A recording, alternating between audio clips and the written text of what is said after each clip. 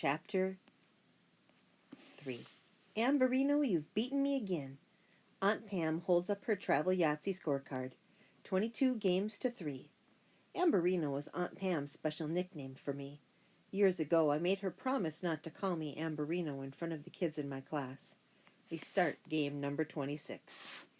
I'm tired already, and we haven't even gotten on the plane. This morning I was so excited that I got up at 5:30 a.m., and the plane doesn't even leave until 7 o'clock at night. After some last-minute shopping, we dined at McDonald's. One last vanilla milkshake and french fries before going over the ocean. 2 weeks will be gone. I slurped that shake to the bottom and wet my finger to get out every last bit of salt and french fry. Saying goodbye to my mother, who was trying not to cry, was not easy. She was so upset that I forgot to warn her to watch out for bugs because I got a couple of bites while sleeping. Once Aunt Pam and I went through the door and got our passports checked, I couldn't get out to see my mother again. Aunt Pam says that's what happens when you go to foreign countries.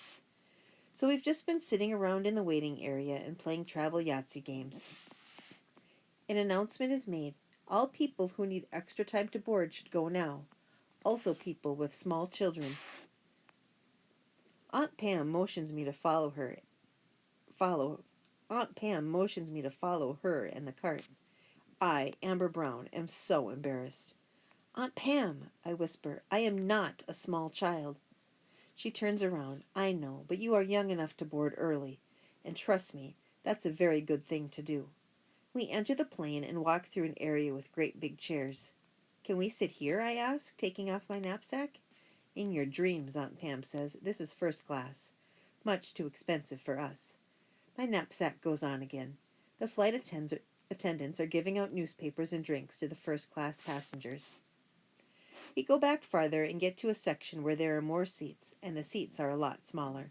Here we are. Aunt Pam opens the storage space above our seats and puts in her carry-on bag. You want to sit by the window, right? Right. I jump into the seat, forgetting that I have my knapsack on. Aunt Pam helps me take the pack off, and we put it under the seat in front of me. I, Amber Brown, am so excited. This is my very first plane trip.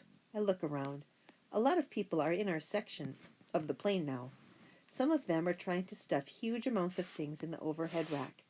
A guy is rubbing his head because he's been hit by a bird cage that someone dropped while trying to put it in the overhead rack. Another person, holding her arm, got hurt when someone walking past accidentally whammed her with an umbrella.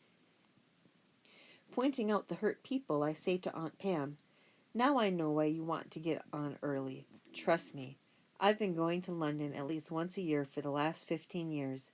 When it comes to traveling, I know what to do. She pats the top of my head. I am not a dog. I hate to be patted on the head. She smiles and says, oops, sorry, but it could be worse. I could pat you on the head and call you Roverino. Sometimes the people I love drive me crazy. More and more people get on the plane. Some of them have so much stuff that soon there's no room in the luggage racks. Finally, everyone is sitting down and everything gets put away. I wonder what the flight attendant did with the empty bird cage. I wonder if the bird who normally lives in that cage is flying over on his own and will meet the owner in London. I wonder if the bird has got a passport. I wonder if this plane is ever going to take off. Putting on my seatbelt, I realize that I'm so excited I can hardly stand it. The pilot's voice comes over the loudspeaker and says that the plane is going to London Heathrow Airport, and anyone not planning to go there had better get off right now. A screen gets pulled down by the flight attendant, and a movie explains all about safety and what to do if something happens. That makes me nervous. I look over at Aunt Pam, who is looking at a piece of paper. Pay attention, please. I tug at her sleeve. You're the grown-up here. She looks surprised, and then she says, Honey, I make this trip every summer. I know what to do. Don't worry. The plane starts to move along the ground for a while, and then it stands in a line of planes for a long time. Just as I begin to think that we're never going to move, we do, and the plane takes off. It's so exciting. I, Amber Brown, am up in the air. Something tells me that this is going to be 2 weeks that I'll never forget.